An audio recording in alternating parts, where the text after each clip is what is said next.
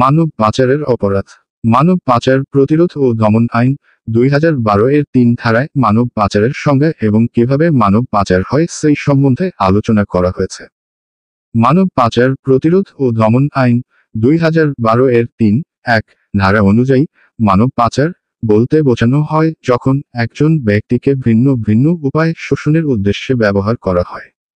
এই শোষণ বিভিন্ন ধরনের হতে পারে, যেমন যৌন শোষণ, শ্রম শোষণ অথবা অন্য কোন শোষণমূলক আচরণ।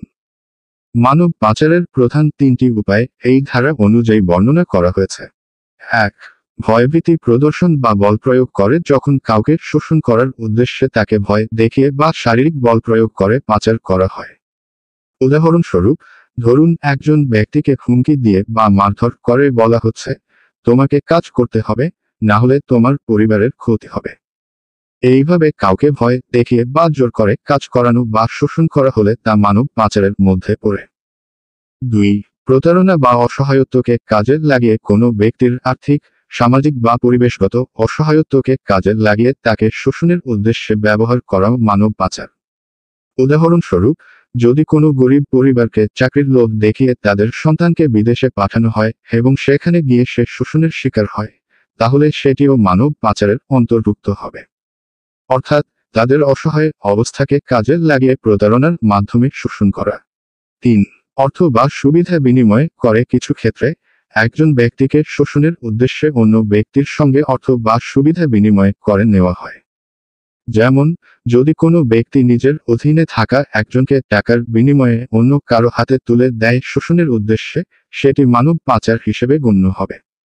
উপরোক্ত উপায়গুলো ব্যবহার করে যদি কাউকে বাংলাদেশ বা বাংলাদেশের বাইরে যৌন শোষণ, শ্রম শোষণ বা অন্য যে কোনো শোষণের উদ্দেশ্যে বিক্রি, ক্রয়, স্থানান্তর, আটক, লুকিয়ে রাখা বা আশ্রয় দেওয়া হয়, তাহলে তা মানব পাচার বলে গণ্য হবে।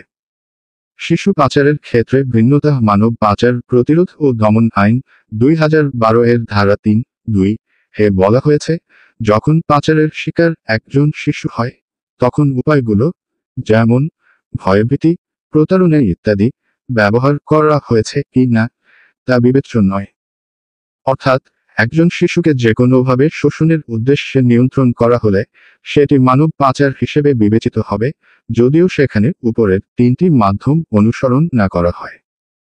যেমন, একটি পরিবারের বাবা মা গরিব হওয়ায় তারা তাদের 12 বছর বয়সী মেয়েকে কাজের জন্য শহরে পাঠান।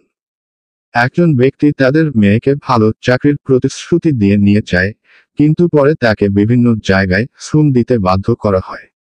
এক্ষেত্রে মেয়েটির উপর তার আর্থিক অসহায়ত্বকে কাজে লাগানো হয়েছে এবং তাকে শোষণের উদ্দেশ্যে ব্যবহার করা হয়েছে, যা মানব পাচার হিসেবে গণ্য হবে। এই ধারা থেকে আমরা বুঝতে পারি যে, যেকোনোভাবে কাউকে শোষণের উদ্দেশ্যে ব্যবহার করা হলে তা মানব পাচার হিসেবে বিবেচিত হবে। বন্ধুরা, ভিডিওটি কেমন লেগেছে? আশা করি ভিডিওটি ভালো লেগেছে। যদি ভিডিওটি ভালো লাগে তাহলে অবশ্যই লাইক করবেন, শেয়ার করবেন এবং কোন কোন বিষয়ের উপর ভিডিও দেখতে চান তা আমাকে কমেন্ট করে জানিয়ে দেন, তাহলে আমি সেই বিষয়ে ভিডিও দেওয়ার চেষ্টা করব। ধন্যবাদ এতক্ষণ ধৈর্য সহকারে ভিডিও দেখার জন্য। পরবর্তী ভিডিও দেখার আমন্ত্রণ রইল। সবাই ভালো থাকবেন।